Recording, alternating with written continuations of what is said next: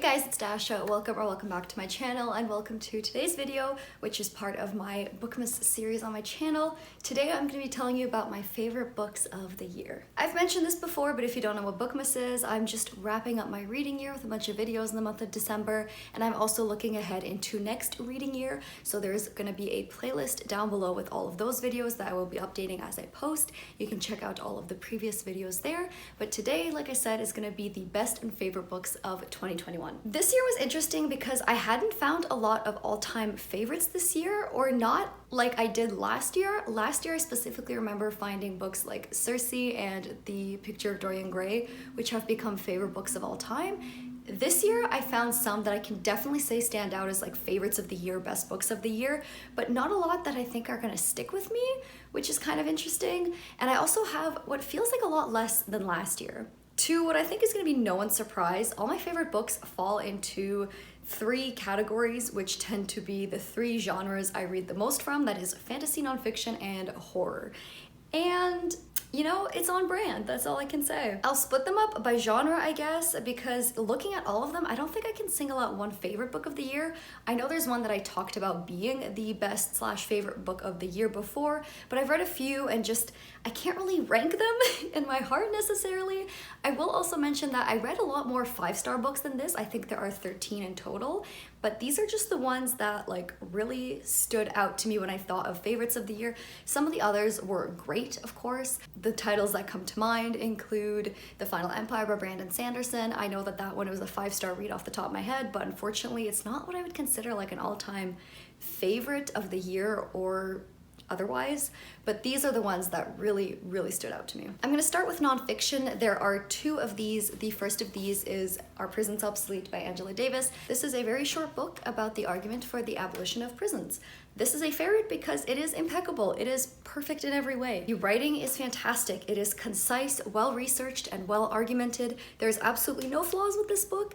I think about this book all the time because it is just so impeccably written, and I can connect it to a lot of current topics and debates in the media and also in books that I read, and I'm just so excited to see what I can build off of this. This book had just so much packed into it for being so short. This is a book I would literally recommend to everyone. It is so thought-provoking, it is so interesting, and it's a favorite book of all time, I guess I could say, in terms of nonfiction, which I don't have a lot of those, but this is just such an impactful little book that I read way earlier this year, and it's just stuck with me since. There are things that were mentioned in here that I still think about constantly, especially in the section about women in prisons and the arguments about rights of women and men. Absolutely fascinating stuff.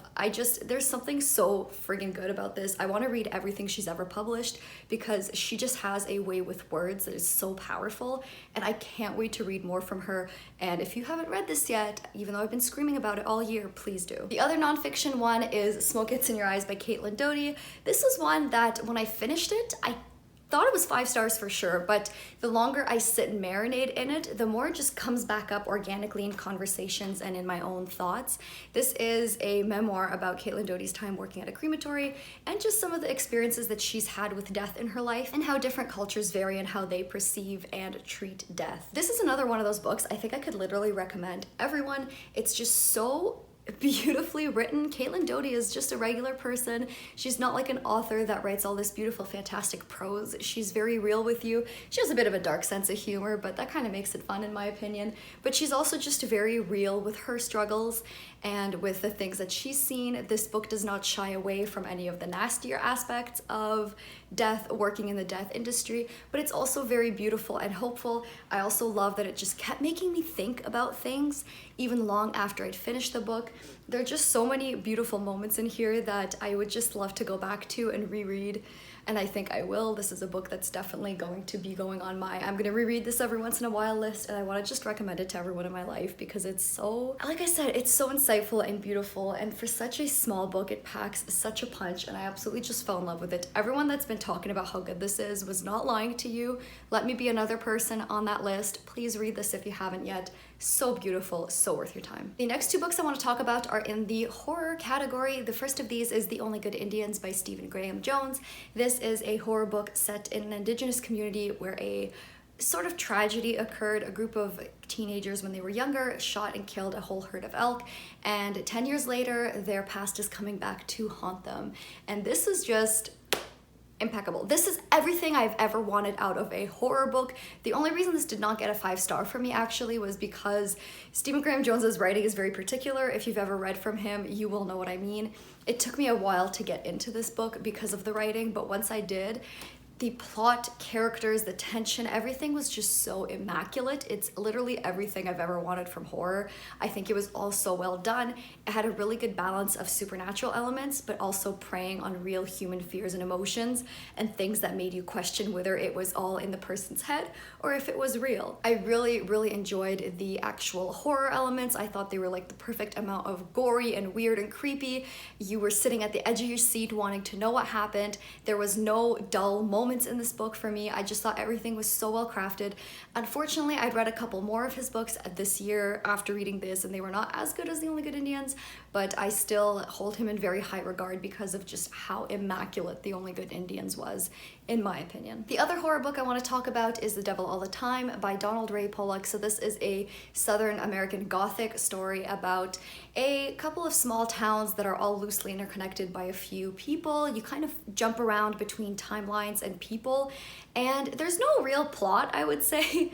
It's no plot, just vibes. There is just a lot of terrible people doing terrible things, and this was a favorite book of the year because of those vibes. I don't know what it is. It just snuck up on me and I haven't been able to stop thinking about it, and I want to reread it because it was just so good. I don't know, maybe I'm just a big fan of American Gothic and this book made me realize that, but I also just really felt for the characters. I really enjoyed the tension and the dynamics between everyone. I enjoyed the atmosphere a lot. And it's funny because after gushing about this book, my boyfriend read it and then he finished it and he was like, "That's what you've been like raving about?" I'm like, I know this book isn't much, but for some reason for me it really, really worked. And I just want everyone to read it now if you're into that kind of thing, because I thought it was immaculate, but I know that it's not going to be for everyone. There's just something about it that really, really worked for me, even though it was not the most horrific thing in the typical slasher or paranormal sense of horror that we see a lot. There was something a lot more raw about it, and there was all these crazy cool discussions that were very subtle, but ideas of fate and what you can do to change your destiny, whether you can change your destiny. Also about trust and religion was a big one, and just all these really interesting ideas that I personally like to play with in books. So for me, this worked perfectly. One of my favorite books of all time, probably, at least in this genre, I would say. It's a book that's just really stuck with me for some reason, and I absolutely loved it. All right, so this last category is fantasy. There are 3 books I want to talk about. All 3 of them were just immaculate, fantastic.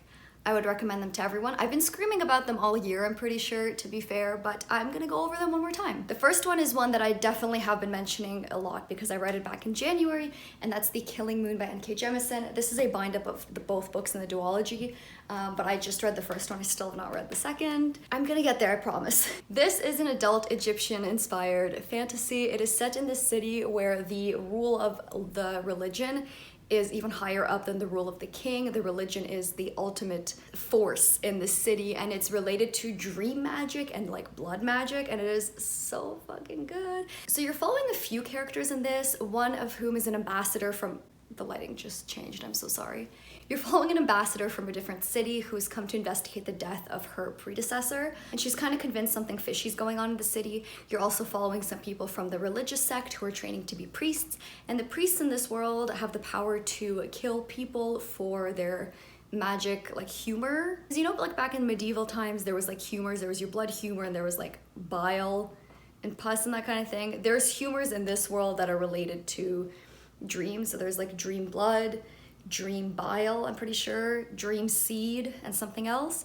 So the priests are in charge of collecting the dream blood, which only comes from people who have died. And anyways, all this to say, there's a lot going on in this book, and it's not a long book. The first book is about 400 something pages.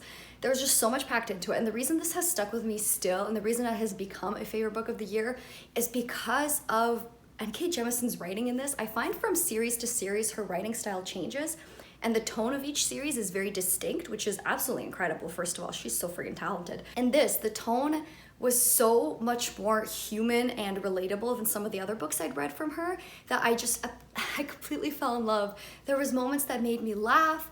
There was moments that were like spicy, that got me a little heated. There was moments that were emotional that almost made me cry. There's just so much packed into this that was so beautiful and human, and I absolutely loved reading this. The plot is also fantastic, obviously, but for me, the shining star of this book was the writing and the characters. You really started to feel for everyone, and I'm always shocked that this is the series people talk about the least, it seems, when it comes to N.K. Jemisin, because for me, this is like absolutely incredible, the best that I have read from her so far, and I can't wait to read the sequel. I still need to, I know, like I said, but the first book is absolutely fantastic. This next one is definitely a more recent read, but I've been yelling about it since. It's Black Sun by Rebecca Roanhorse.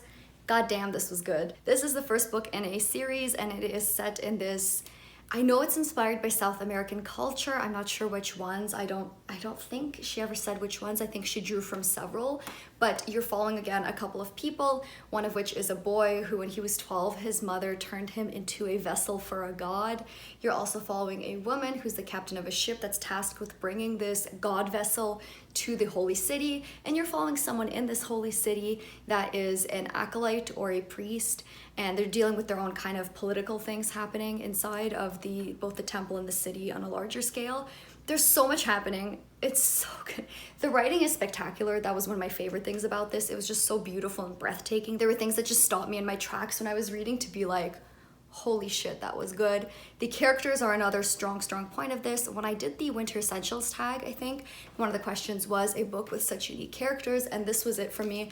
Everyone in here is so well fleshed out. Everyone is so real to me, and every single character feels like they could have a whole book to themselves because they're so complete as characters and as people. It's absolutely incredible. Like, I was just so blown away by this. But beyond that, like, the plot was just so good. You were kept on the edge of your seat the whole time. The atmosphere was completely there. I felt so immersed in it. There's even parts of this book that take place on the water because, again, you're following a captain, and I was okay with it. I mentioned in my most disappointing books video that I don't tend to like pirate / ocean setting books, and while that is the case, it worked in this because it was just so good. Like, everything about this book was absolute perfection for me. I fell head over heels. I can't wait for the next books to come out in April, I think. And if you haven't read this yet and you love high fantasy, please do. It's unlike anything else I've ever read. It is absolutely immaculate. And the final book I want to talk about is Royal Assassin by Robin Hobb. So this is actually the second book in the Farseer trilogy. I did enjoy Assassin's Apprentice quite a bit, which was the first book, but this one especially really struck a nerve with me. So this is a fantasy about Fitz. He is a young boy who is the bastard of the king in waiting, and when his family decides to bring him back to the royal family to take care of him, because he'll obviously be better cared for in the royal family's care. That was a really confusing sentence, I'm so sorry. But anyways, his mother's family decides to bring him back to his father's family because they can take better care of him. And his father decides to abdicate the throne, so everyone's just kind of stuck with Fitz. They don't know what to do with him. They put him to work in the stables until one day it's decided that he would better serve as a royal assassin. And he starts training, but it's not your typical assassin training book. It's really a character study of Fitz and the loneliness he feels and the emotions he goes through growing up. The first book follows him from the ages of 7 to 17, roughly, and this book is a lot more concentrated. It's a lot less of a time span. He's still quite young at the end of this, though, and you're really following him not only learn the ropes of royal life, but also of life itself, his first love, forming attachments, learning how to trust people, learning who to trust, learning how to listen to people and think critically, but sometimes he goes with his emotions and it works for him, and just these beautiful, real human moments that work so well. There's also a lot of discussion about like loneliness and depression, which is quite beautiful to see how it was done because it didn't feel heavy-handed at all. Robin Hobb's writing is just so immaculate. But beyond Fitz, like all that was relating to Fitz, but all the characters in here are just so wise and they're so cool to read from. Verity is such a cool character, and his wife, and there's just all of these really interesting characters, Burrick, these people that you come across, and sometimes not even people, some of the animals, and it's just so beautiful, so haunting. I teared up 3-4 times reading this book. I mean, it's a long book, but I normally don't tear up that often in fantasy, but this, I was just like, oh my god, your heartstrings are just fucking pulled all over the place with this book. Robin Hood just does something to me I don't understand. I can't wait to read the third book now and see where this goes. And then I know that there are 2 other trilogies in this world involving Fitz. I'm gonna read everything she's published in order, but I'm really excited to get back to Fitz's story because he and the people around him are just so special. I don't know what it is. I don't know what it is specifically about this, but yeah, this book was just, I liked it so much more than Assassin's Apprentice, which is still like a 4.5 star read. Like I thought it was really strong, but this was an easy 5 star. I just wanted to get lost in this book. I wanted to crawl inside of it and let it give me a hug before it, you know, slapped me across the face and told me that I was stupid because I cared for people. It is what it is. If you have not read the series, even though I've been yelling about it for a while, please do. I think it's really worth your time. It's a very quiet fantasy. It is not heavy on the magic or the typical fantasy elements, but there's some really beautiful things in here, and it's just so different and so special to me. That was it, my friends. That was my list of the best and my favorite books that I have read this year. Let me know if you've read any of these, if maybe they're your favorites. If not, what was your favorite book that you read this year? I am, as always, extremely nosy, and I like hearing what people are reading and enjoying. Other than that, my social media is linked down below, as well as my Bookmas playlist. Thank you so much for watching, and I'll see you guys soon. Bye!